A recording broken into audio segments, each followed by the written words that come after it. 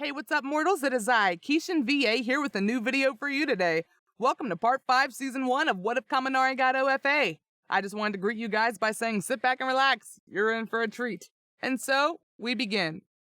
Oh, my head, Kaminari muttered as he began moving his eyes around. His head was pounding and his ears had a dull ringing in them. And he didn't know where he was. He could definitely tell that he was in a bed, but he didn't recognize his room at all. As he tried getting up, a tender old voice stopped him. Easy there, Sonny, the voice said. You got pretty banged up back there. In addition to nearly short-circuiting your brain, that idiot Toshinori really didn't bother coaching you on how to use your quirk properly, did he? Who are... As his eyes finally adjusted, Denki was able to see who was talking to him. It was an elderly woman sitting on a rotating stool. Wait, recovery girl. Then this is the medical room, isn't it? The yellow-haired boy said in surprise. Jeez, how badly was I hurt during class? Recovery girl shook her head. Honestly, it wasn't too bad, all things considering. The main thing was that the discharge you fired that overextended your already taxed body. You've only been out for a few hours, but you need to get that under control. Heaven knows what would happen if you exceeded your limit during a crisis of some sort. She seemed mad, making Kaminari sweat a bit. Didn't All Might teach you anything when prepping you for One for All? You know about... The nurse waved her hand dismissively. Yes, along with the principal and a small handful of people. I know about that additional quirk you have. Have you even been using it since you got it? I mean, it came out during Aizawa's pop assessment test, but I haven't really felt it aside from that, the boy admitted. Recovery girl sighed. Well, Toshinori did say you wanted to get it after getting into UA, so I know you've only had it for a week. Still, your body will start tapping into it naturally as time goes on. Heck, I'd even wager that your ability to use your quirk at the end of the mock battle was a side effect. The old woman stood up from her chair as she turned away from her patient. In any case, your vitals are fine, so you're free to go. Just try not to come back here too soon, dearie.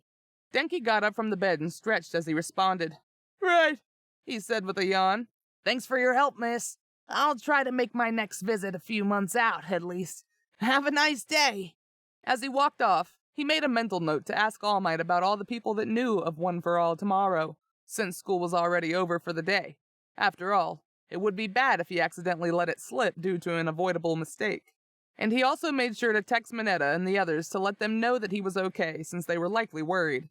As he got home that evening, he was immediately assaulted by his grandmother, who hovered before him the instant he opened the front door.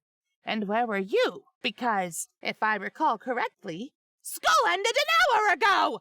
The Emerald Esper screeched, nearly causing the boy to fall over. I was at the nurse's office, he muttered in a low voice, making his grandmother even more annoyed.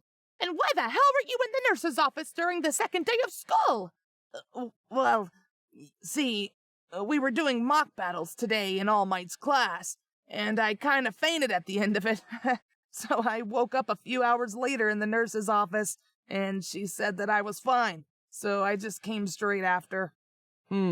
Seems like everything worked out in the end then. His grandfather spoke out from right beside them. Ah! They both screamed out in unison, completely startled by Saitama's sudden appearance. Well, where did you come from? Tatsumaki demanded. How the crap do you keep doing that? What are you, Drax? Denki questioned.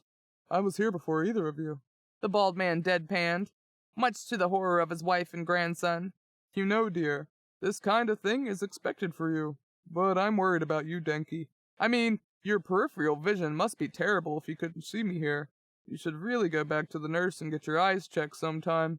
I think it'll be free if it's from your school, so that's nice. You know, you might have a point there. There's no reason why I'm suddenly incapable of seeing you now, so there might actually be a problem, Denki mused. Saitama, seemingly glad to have helped, merely smiled and walked away.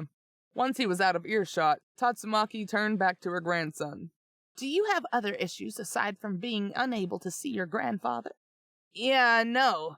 He's literally the only thing I can't see. If anything, I think that's just some sort of side effect of his quirk. The psychic nodded. Then you don't need your eyes checked. Now, back to what I was saying before he interrupted. What the heck is that All Might thinking? letting you get knocked out like that. With how focused he is on making people smile, it's a miracle he can get anything done. If it were up to me, UA would have hired that Endeavor instead. He gets things done. Grandmother, can you please not insult my teachers? All Might's the #1 hero and all, so I'm sure UA knows what they're doing. Trying to make sure she didn't go off on any tirades that would end with the furniture being flung around. Just because you got trained by All Might's secretary doesn't mean you should be biased towards him. It's not like it was him personally or anything. But fine, just message me next time you leave school late. She muttered that last bit as she flew off, though Denki still heard her. Right. Sorry about that, Grams, he whispered to himself. Perhaps it was excusable, given the fact that he'd been unconscious for a few hours and had just wanted to go home when he woke up. But he completely ignored the fact that his grandmother would get a little freaked out if he just disappeared, especially after that incident all those months back. While he knew that he wasn't completely at fault, he still felt terrible about it. The next day, Kaminari was making his way to Class 1A when Mineta and Kirishima intercepted him. Hey man, are you okay? Yesterday was pretty freaking wild, wasn't it? Kirishima excitedly asked. I mean, when you used me as a shield to block Bakugo's attack, that was so cool! Not for me, obviously, but it was awesome to protect someone from such a powerful attack!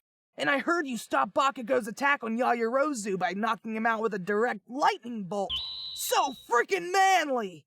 I can't say that my match was any better because yours was the best, but it was still really cool seeing you knock out Bakugo like that. I mean, it looked like you were down for the count, but then you one-shot him out of the blue like that. Mineta then leaned in as close as he could and whispered, And I heard Yaoyorozu asking Recovery Girl about you before we all left yesterday. You lucky bastard! Kaminari giggled. Hey, what are you two gossiping about? Kirishima asked. Oh, nothing important. Just a little guy talk, you know. Fair enough. But we should get to class now, or Mr. Aizawa is gonna yell at us, Kirishima said as he walked past them and into the room. Yeah, he's right. I'll see if there's any merit to your little rumor later, Kaminari said as he and Mineta opened the door to 1A and walked inside just as the bell rang. Just in the nick of time, huh? Aizawa mumbled before addressing the whole class. Well, sit down and shut up. And there's something critical we should all discuss.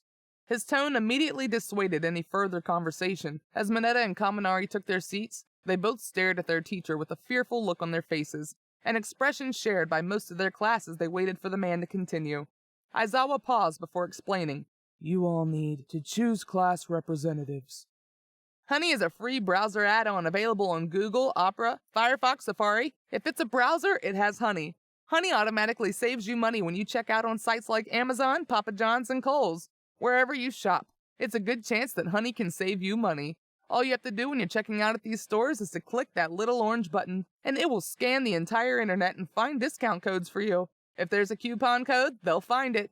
And if there's not a coupon code, you can rest assured that you're getting the best price possible. If you install Honey right now, you can save like $50 to $100 on your shopping doing nothing. There's literally no reason not to install Honey. It takes 2 clicks.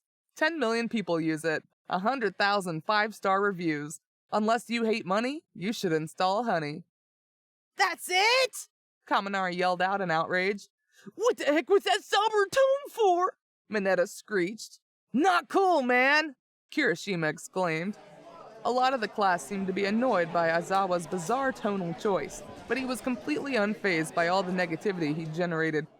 All right. Look, it doesn't matter how you do it. You just need to choose someone in the next hour to be your president and someone else to be your vice president. So long as you aren't too noisy, I don't care what you do. After he finished, he got into his sleeping bag and fell asleep almost immediately, leaving the class to their own devices.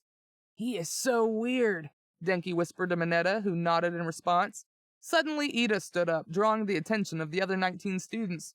Everyone, I have the perfect way to decide who our representatives should be. We should put it up to a vote.